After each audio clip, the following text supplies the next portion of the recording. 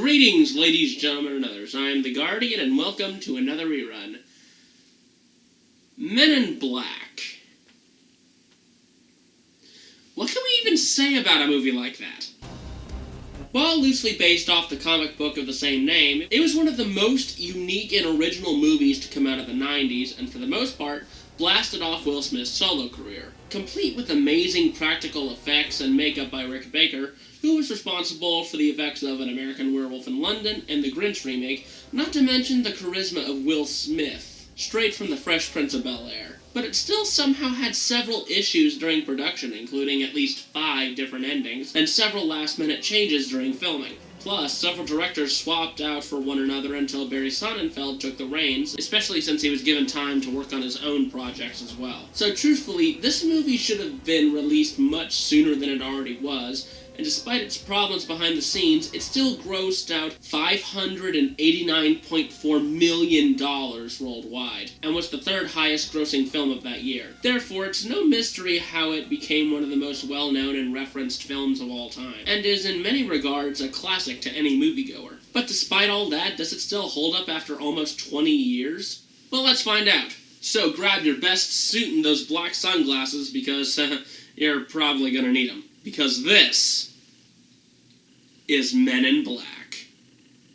The movie begins with a long credit sequence following a dragonfly throughout the desert to the main theme of the Men in Black. The tune itself was composed by Danny Elfman, and his magic still shines through with an elegance to that mystery that it provides. Not too sure if that makes too much sense, but this tune somehow merges action, mystery, and suspense all together successfully behind the bizarre visual of following a dragonfly.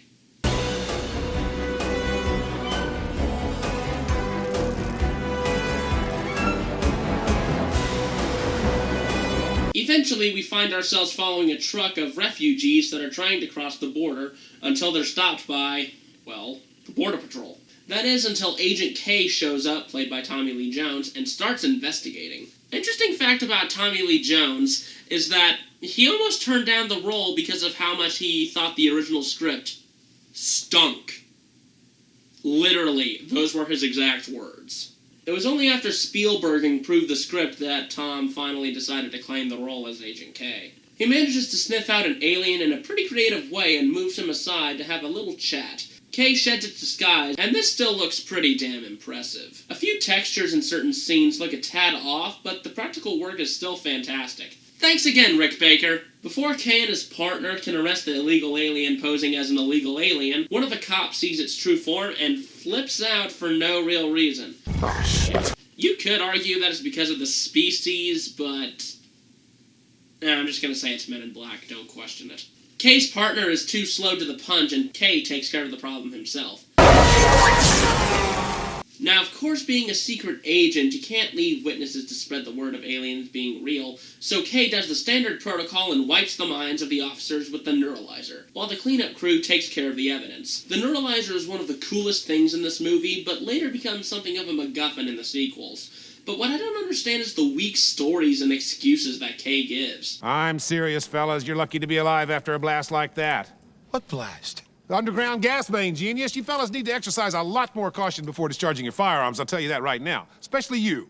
Now, I know it's protocol to give these people new memories after their minds have been wiped by the neuralizer, but it's pretty convenient that they never asked any other questions after they got neuralized.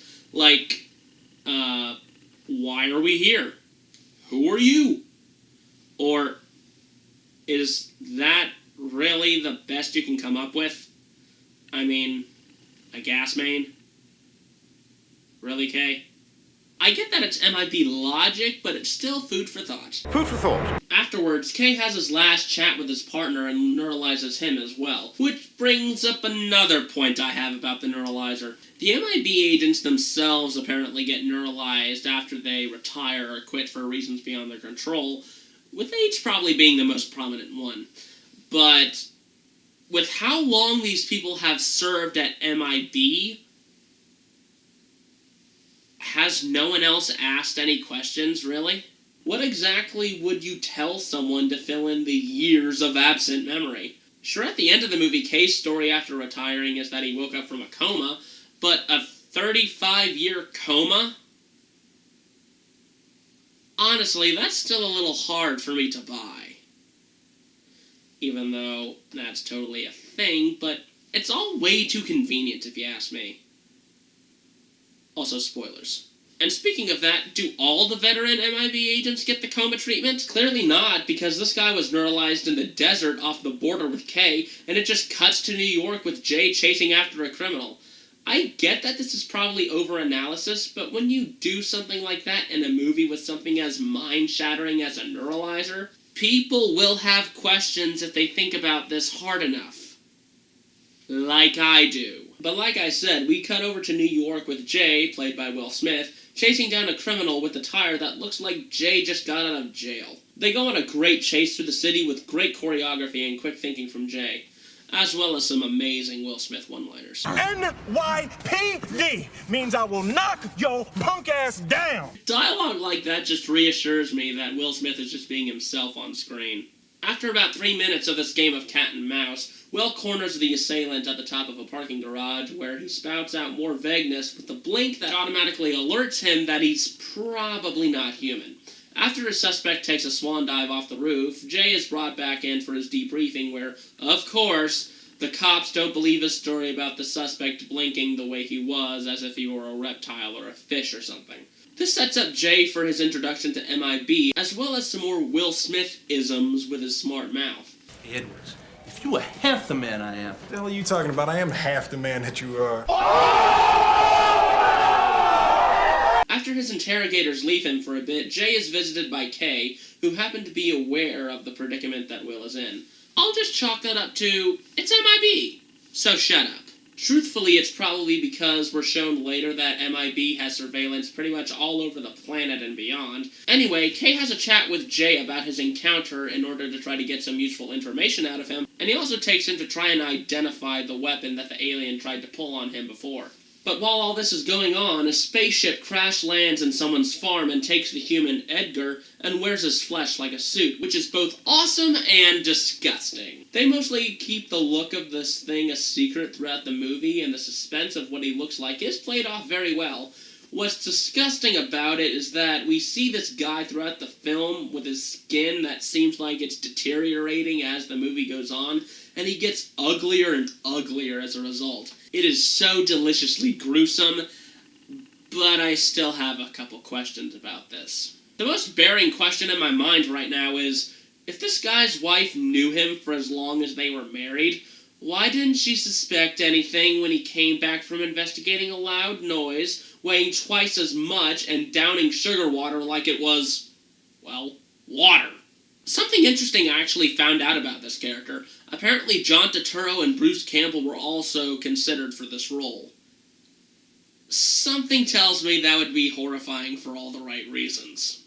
Back with Jay and Kay, Kay has him identify the weapon that he saw, but the dealer is being a tad difficult.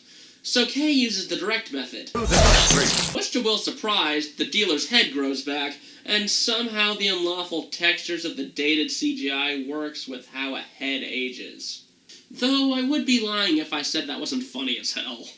So before he gets his head blown off again, the dealer shows him the guns and Will points out the one that he saw, and Kay doesn't especially like the results. You sold a reverberating carbonizer with mutate capacity to an unlicensed cephalopoid. Jeeves, you piece of... He looked all right to me. And this is the first of how the two play off each other pretty well. Kay gets pissed and threatens the dealer, which is quickly followed by Smith's natural charisma. It's really awkward, but I have a feeling that it was meant to be awkward. Awkward for all the right reasons. Then Kay neuralizes Jay and has dinner with him? Honey, this one's eating my popcorn. Popcorn. Questions. 1. Did Kay give his old partner the same treatment? Did he treat him to dinner after he neuralized him out in the desert? I highly doubt it. 2. Afterwards, Kay hands Jay a card that'll lead him to the initiation process to join the Men in Black anyways. So why did he neuralize him to begin with? Wouldn't that extra experience chasing an alien on foot help him if he wanted to recruit the guy? I mean, it just makes no sense! It's like taking your date to dinner before you introduce yourself. It's confusing. It's just... But we cut back to the farm where Edgar kills a bug exterminator and takes his car after putting the flying saucer inside of it. The next morning, Will shows up and meets the other recruits for MIB, as well as Zed, played by Rip Torn. He's the head of MIB, and I find it very difficult to think of anyone else who could have nailed this role. Clearly I'm not the only one, considering that Rip Torn was also nominated for a Satellite Award as Best Supporting Character in the movie. Just another fun fact. Man, this movie has a lot of fun facts, doesn't it? As Zed explained, this is an initiation test of sorts to see who is worthy enough to become a member of the Men in Black. Only one of these qualified individuals. Off the bat, Will stands out due to his nature, his common sense about not knowing what they're applying for, and of course being the only one without a stick up his ass. As the tests proceed, Will shows off his quick thinking by approaching obstacles in unorthodox ways, which honestly aren't that unorthodoxical when you actually think about it. I mean, it basically sums up to... he uses a table for a test when everyone else is just trying to not rip the paper. And as for the field test, he takes out the most innocent-looking of creatures, all the while explaining why he did so, as Will Smith only could. Well, first I was gonna pop this guy hanging from the street light, and then I realized, he's just working out. Then I saw this snarling beast guy, and I noticed he had a tissue in his hand. I realized, he's not snarling. He's sneezing. And I saw little Tiffany. I'm thinking, 8-year-old white girl, middle of the ghetto, bunch of monsters, this time of night with quantum physics books. She about to start some shit, Zed. Or do I owe her an apology? He has a very good point. I honestly wouldn't trust a little girl with quantum physics books at night. I mean, regular physics maybe, but quantum? Psh, hell no. After Kay and Zed share a couple of words about Jay, they recruit him and neuralize the other men as Kay begins throwing exposition about how the MIB came to be, but despite his seriousness, Kay still throws in references and quick-witted jokes that honestly may go over a few people's heads. Did you ever see the movie Casablanca? Same thing, except no Nazis. Oh. Never saw the movie. So these are real flying saucers, and the World's Fair was just a cover-up for their landing. Why else would we hold it in Queens? Never been to Queens. But after everything he's seen and just been through with the tests, Will still doesn't believe Kay until he sees a bunch of aliens in the break room. Did he honestly forget about the guy he chased after on foot as well as the guy who regrew his hell? Right, neuralizers. Kay fills him in more about the MIB out in the open, including why the secrecy and the catch to the job. The catch is, you will sever every human contact. Nobody will ever know you exist anywhere. Ever. Kay understandably gives him the day to think about it. After all, it's a lot to take in. I mean, how would you react if you were told something as mind-shattering as the existence of extraterrestrial life? Well, truthfully, in this day and age, the first thing someone would do is probably Snapchat it or something. The next day, Will returns and accepts the job because if he didn't, there really wouldn't be much of a movie, would there? After giving him the 50-cent tour and a bit of slapstick, we get to observation, and the joke that Sylvester Stallone is an alien is still kind of funny. But then, it's time to put it on. Put what on? The last suit you'll ever wear. And the narration Zed gives us over Jay's rebirth is pretty badass. And so, James Edwards III is reborn as Agent J of the Men in Black. You know what the difference is between you and me? I make this look good. Huh. You're not wrong, bro. Then, after quite a while, we cut back to Edgar fitting in about as well as an alien in a human suit, tailing someone, which leads to the main plot of the movie, but we'll get to that soon enough. Right now, Zed sends Kay and Jay to deal with an alien out of their zone, and we see the wheels of the MIB. Unlimited technology from the whole universe, and we cruise around in a Ford POS. Hey, don't underestimate that thing. That is one hell of a car. Wish I could say the same for the fast-forward effects. Not so subtle. Speaking of subtle, these two aliens meet up to discuss urgent business in the middle of a diner.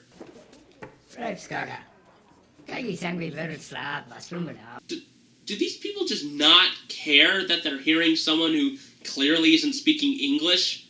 I mean, for Pete's sake, they're basically speaking fucking Klingon and no one's even batting an eye. Honestly, it's New York, so they're probably just thinking, damn foreigners. That, and this chef just accepts that this random nasty-ass dude walks up in here and serves food to his customers. Where is Ivan? Gave him a break. Yeah, whatever, just as long as I don't have to pay overtime. And no one acknowledges the giant stinger coming out of this guy's ass and killing both these aliens. People are dumb, panicky, dangerous animals, and you know it. Clearly he's right about that. So the bug escapes after this guy tries to stop him, so people recognize that he killed people, they just don't know how. Unless, of course, this guy realized that the bug doesn't work there, in which case he's still a moron. People are dumb, panicky, dangerous animals, and you know it. And they don't even bother chasing after him or trying to stop him when he barely gets a block away from the restaurant. People are dumb, panicky, dangerous animals, and you know it. I'm gonna end up using that clip a lot more in the last half of this movie, aren't I? Yeah, that's what I thought. So cutting back to our MIB operatives, they're digging up information about a suspicious alien leaving town with his pregnant wife and their newborn squid. Anything about that seem unusual to you? That the wife was really into tentacle hentai? So after a trip to the supermarket tabloids, they find their way to the crash site and a wife in need of neuralizing. Listen, kid. Imagine a giant cockroach with unlimited strength, a massive inferiority complex, and a real short temper. Does that sound like fun? Honestly, that just sounds like an evening at Spoonie's house nowadays. Heading over to the morgue, Kay and Jay, along with a doctor, discover an Archillian in one of the human suits and warns them about the coming attack. Rosenberg. Oh, damn. The Archillians are not gonna like this. This guy was one of the royal family. Wait, why is the alien dying when the suit was clearly only stabbed in the neck? It's MIB. So shut up. Yeah, no, I'm not done yet. Another thing. Why did Kay neuralize her when the Archillian's body was still out in the open and within sight of anyone's peripheral vision? People are dumb, panicky, dangerous animals, and you know it. And apparently the MIB are no exceptions to that. After Edgar realizes that he doesn't have the galaxy thing, Kay and Jay return to MIB where things have gone to DEFCON 1 with the Archillian fleet threatening war with the death of the royalty and the lack of a galaxy. It'll make sense later down the line. Before he heads out, Jay finally arms himself with some MIB artillery. Series 4 deatomizer. That's what I'm talking about. Noisy cricket. I have several questions. Cricket? Nobody understands cricket. You gotta know what a crumpet is to understand cricket. I feel like I'm gonna break this damn thing. But it turns out that the cricket is pretty loud when Jay encounters Edgar in town, and Jesus!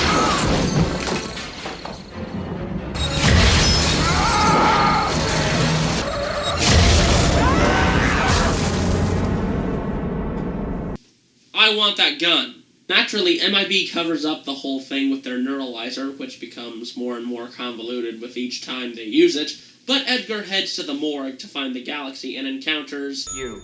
Thank you for making sure the bell worked. David Cross. Clearly back before the squeakles sucked out his dignity as an actor. Kay and Jay find their way there after strangling a pug for information. I know nothing. Not a thing.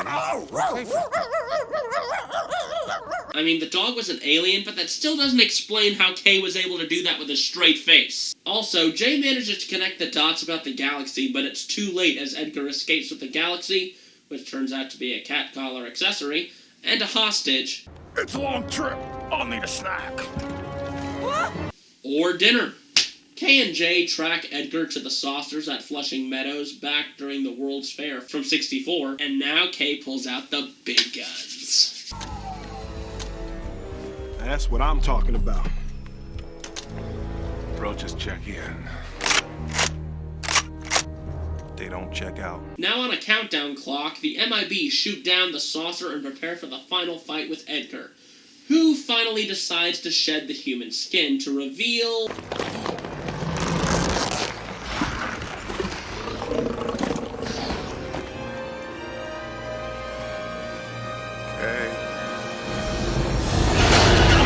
a not-so-subtle CGI puppet. Now, don't get me wrong, the practicals used in this effect are really good, and for whatever reason, the shiny texture over his body manages to glisten off the roach and still somehow looks pretty good despite when it came out. It looks good and dated at the same time. I don't know how that's possible, but it's clearly not dated enough to not eat their weapons. And so, with the planet at stake, Kay uses the bond he formed with Jay to fight off the boar. He jumps down the thing's throat to get his gun while Jay keeps it on Earth. Eat me! Eat me! Just play the clip. People are dumb, panicky, dangerous animals, and you know it. I've overused that clip so many times in this review already. But after getting knocked around by the bug for a bit, Jay uses the bug's natural connection to his species against him and manages to buy enough time for Kay to blow its guts out. You need to ease up out my face before something bad happened to you. Too late.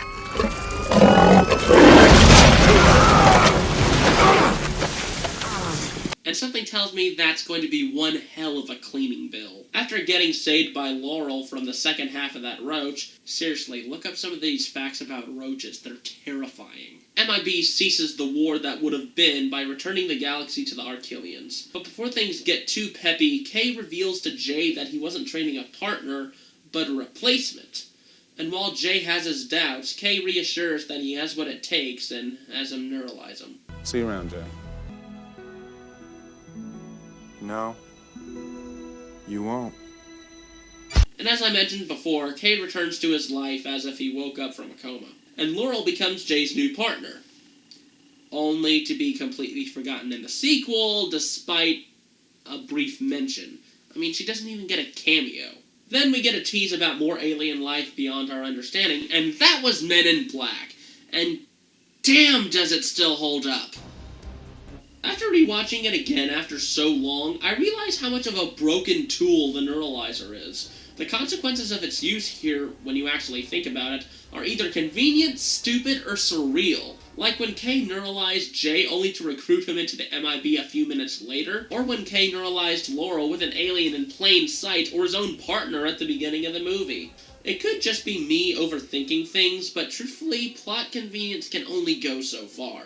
Other than that, most everything still managed to hold up pretty well. The effects merged incredible practicality with CGI that could get away with a lot given the time it came out, great characterization and development throughout, and so many memorable moments that we still hold close to our hearts. Given the issues it had during and throughout its production, this movie shouldn't have been as good as it was. Despite a few dumb moments with humans just being plain stupid, and the convenience of the neuralizer, the story and the characters managed to entertain us from beginning to end, and had us laughing all the way. Seriously, as far as I know, with this sort of thing, you couldn't have gotten a better casting role than Will Smith, even though somehow David Schwimmer was up for the role of Jay.